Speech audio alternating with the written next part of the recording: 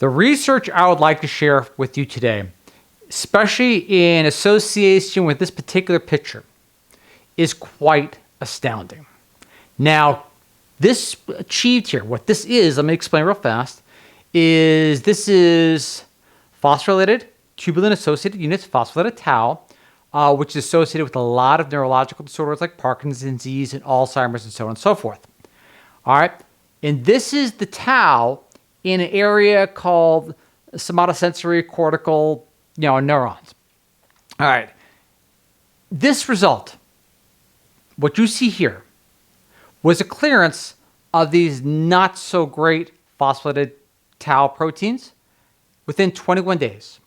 Now, was this some sort of miracle drug or surgery or some other modality which required a lot of effort? No. This was achieved, ready for this? Over this 21-day period of time, let's just bring up the next chart so you can see it. And there I have the highlights. 21 days, 40 hertz vibration therapy over 1 hour a day in this animal model. Now, the somatosensory cortex and the paramotor cortex references are down below. You can see the difference. But think about this. This is 21 days. This is basically the clearance, the reduction of those phosphorylated tau, tubulin-associated units from the areas which could have created some adverse effects. This is what makes this particular research amazing because of its simplicity more than anything else. Just 40 hertz, 1 hour a day, 21 days. We're going to get into methodology, exactly how they did that overall in a few seconds. But let's get right into the study because this is really tremendously amazing. So let us begin. All right, here we go. So what we're looking at is something basically called Gamma Entrainment using basically sensory stimulation, or GENUS. So Gamma Entrainment using sensory stimulation. Genius without the I. GENUS. Well, so much for pronunciation. So this is quite fascinating because it goes along the lines of something which I like to call, I just made up a term called BELTS, which is modalities in regard to helping humanity with breathing, environment, light, thought, and sound. And it makes a tremendous impact. Can you imagine a drug doing that? That is just fascinating. But let us begin. 40 hertz vibrations reduce Alzheimer's pathology symptoms in mouse models. Evidence that non-invasive sensory stimulation of 40 hertz gamma frequency brain rhythms can reduce Alzheimer's disease pathology and symptoms already shown with light and sound by multiple research groups in mice and humans now extends to tactile stimulation, the vibration. A new study by MIT scientists shows that Alzheimer's model mice exposed to 40 hertz vibration an hour a day for several weeks should improve brain health and motor function compared to untreated controls. The MIT group is not the first to show that gamma frequency tactile stimulation can affect brain activity and improve motor function, but they are the first to show that the stimulation could also reduce levels of the hallmark Alzheimer's protein phosphorylated tau. Keep neurons from dying. It's just more than just be clear in these tau proteins. It's beyond that. But keep the neurons from dying, all right, as well as or losing the synapse circuit connections and reduce neural DNA damage. So to reiterate, because I kind of chopped that up, basically reduce the phosphorylated tau, keep neurons from dying, losing their synapse circuit connections, and reduce neural DNA damage. The work demonstrates a third sensory modality that we can use to increase gamma power in the brain, according to the researcher, basically from the study in the Duffman Institute, quoting. We are very excited to see that 40 hertz tactile stimulation benefits motor abilities, which has not been shown with the other modalities. It'd be interesting to see if tactile stimulation can benefit human subjects with impairment in motor function. If you go into the full study, which the link will be there on the YouTube channel, because it's easy to do, you'll see how it basically improves grip strength and so on and so forth, the ability to hang on. A lot of motor skills improve I'm not talking a little bit, I'm talking improve dramatically in this research just by using that 40 hertz tau tactile stimulation, vibration, to proceed.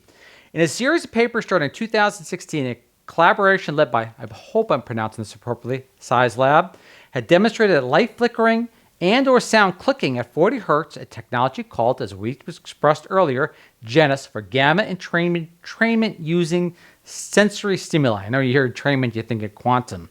Reduced levels of amyloid beta and tau proteins, prevents neuron death, and preserves synapses, and even sustains learning and memory in a variety of Alzheimer's disease mouse models.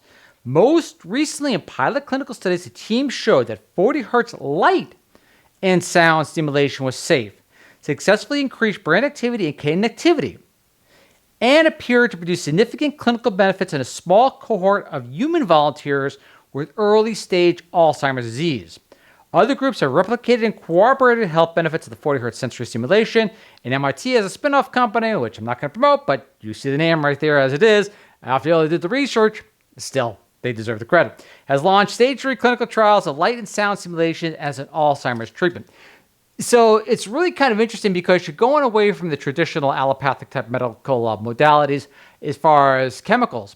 And now you're taking it up a notch. Light, sound, vibration. This is quite interesting because in areas, or let's say space travel, or in remote regions, where you can basically just call up a frequency or a sound and help heal, that is quite amazing. So let us proceed forward before I introduce too much publisher bias. All right, this is an interesting note as well. Now, the somatosensory cortex, the SSLP, I want you to keep an eye on that too, and also MOP. Look at those abbreviations for primary motor cortex. So this highlight from here. First, the research confirmed that 40 hertz vibration, remember, we're talking vibration, that's when they say tactile, made a difference in neural activity in the brains of healthy non-Alzheimer's mice. Measured by expression of CFOS protein, activity increased twofold in the somatosensory cortex and more than threefold in the primary motor cortex, a statistically significant increase in the latter case.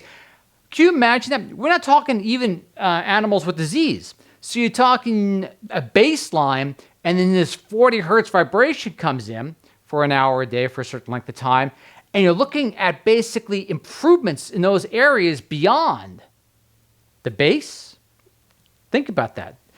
You can actually, not only just talking reversing or to helping treat disease, but actually help improving things beyond, above and beyond the current state. To proceed forward.